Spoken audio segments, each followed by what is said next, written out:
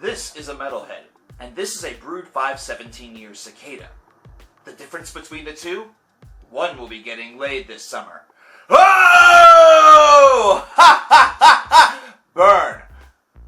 Jokes aside, these buggers are swarming my hometown and other areas this summer, and to many are a pain in the balls. They're loud, they don't watch where they're going, and they look like Satan and God had an ugliest creation contest. But metal fans, we should embrace these temporary pests because we share many common traits. Yeah, I'm coverkillernation, and here are 5 ways that metalheads and 17-year cicadas are alike. Number 5, both are considered to be pests. Even though the 17-year cicadas only come once every 17 years, that's predictable, they're seen as annoyances to those who deal with them. They don't seem to find it amazing that these bugs wait 17 years every time, like they have Flavor Flav's Clock Underground with them and the world's most annoying ringtone. And yeah, the ringtone is Flavor Flav talking. Many humans are scared of the bugs and would trample them underfoot faster than an emo sewing circle can collectively euthanize themselves. To call them pests almost feels mild. But metalheads deal with similar issues with any faction that believes that they're the devil's children. So your religions, your bored soccer moms, and politicians with bad hair all want your metal side to show just a little bit less and for you to vote for Jesus.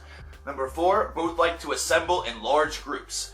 This is a cicada swarm in front of a local business. This is a heavy metal show.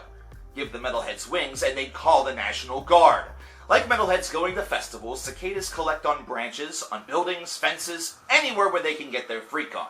While metalheads may not go to a show just to try to get laid, that's why they go to raves, both they and the cicadas like to be a part of a big crowd. While they all want to be part of the crowd, number 3, they both also want to get laid. It's a biological imperative that species need to breed to survive. 2 metalheads need to hug and kiss in special places to make more metal children, and cicadas need concerts to further their own kind. The difference is that metalheads have a window of about 35 years to spawn, while cicadas have more like 35 days. A month to rise from the ground, molt, become a serenading cicada Justin Bieber, bang them hoes, else the species dies?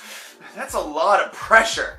What if I want to get to know my mates? Maybe take her on a couple of dates? Well, cicadas don't white knight due to sentimentality, instead opting to accept their simple cycle of molt, mate, and die.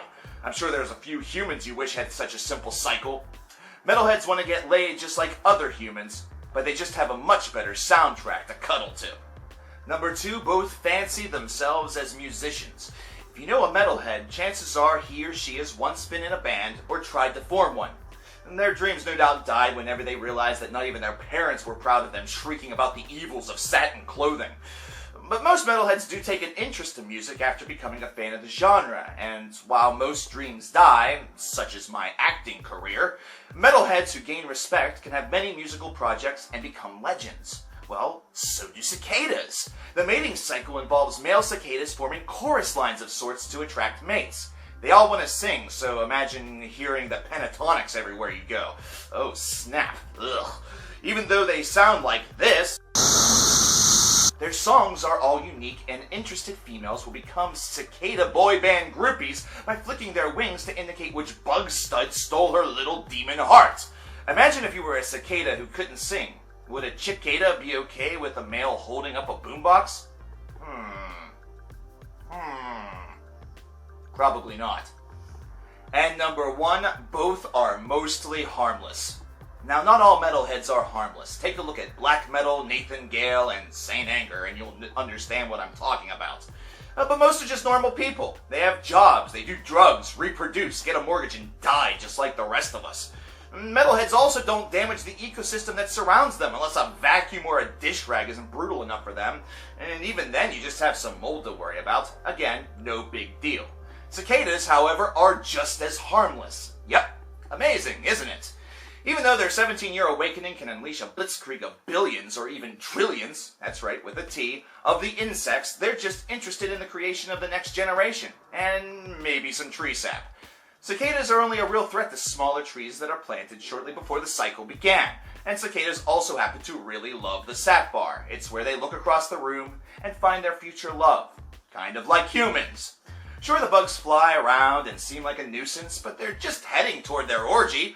And they have zero interest in you, and they really don't bite. In fact, if you place one on your finger, it'll let you take it for a little walk and talk to you about the cicada that it saw at the sap bar last night. Kinda just like a human would.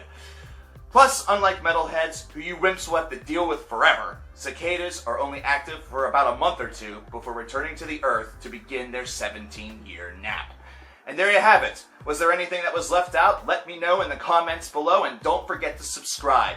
I'm CoverKillerNation, and I'll talk to you guys again soon.